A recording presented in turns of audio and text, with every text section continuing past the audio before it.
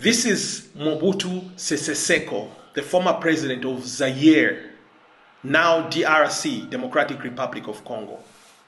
Here in the video, you see him walking around his yard of one of his multi-million-dollar mansions that he left behind. Here he's walking around, showing off his wealth. He had giraffes and lions and zebras roaming around his yard.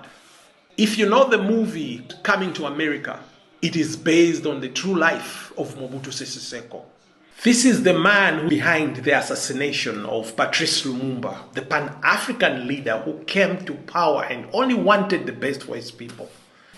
But Mobutu, backed by the CIA, overthrew Patrice Lumumba's government in a very sad way. His own people were turned against him. They unalived him like an animal. When Mobutu Sese Seko took over power in 1965, he was a ruthless dictator. He unalived thousands of people. He did not care whether his people were so poor and had nothing to eat. He amassed so much wealth. He had mansions all over the world. He had 20 wives and countless girlfriends. The same CIA kept Mobutu Sese Seko firmly in power. They helped him assassinate so many of his opponents. After he died, he left hundreds of millions in Europe. And Europe is still refusing to let that money go back to the DRC to this day. Mobutu Sese Seko. Now, what happened after his death? Look at his house now. It's ruins. Ruins. It's all ruins. Looks like they discovered the Roman Empire. It's all gone. This is the sad reality that we are facing here in Africa. Our leaders enriching themselves to the point where they are richer than Bill Gates. But their countries are so poor.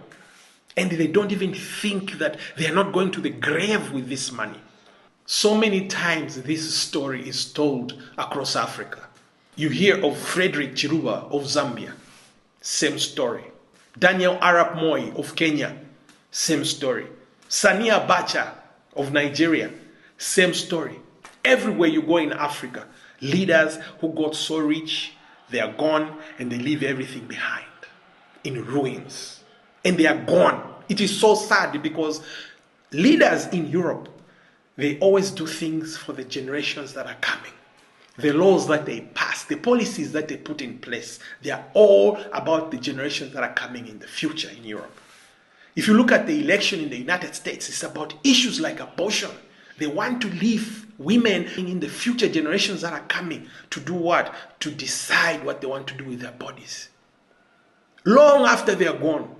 But African leaders, it's a different story. They leave draconian laws that punish their own people long after they are gone. And it doesn't matter what age they are. They could be 96 years old and still pass laws that say they should stay in power until they die. That's the legacy that African leaders leave behind. And the ruins of mansions that they built, some never even lived in.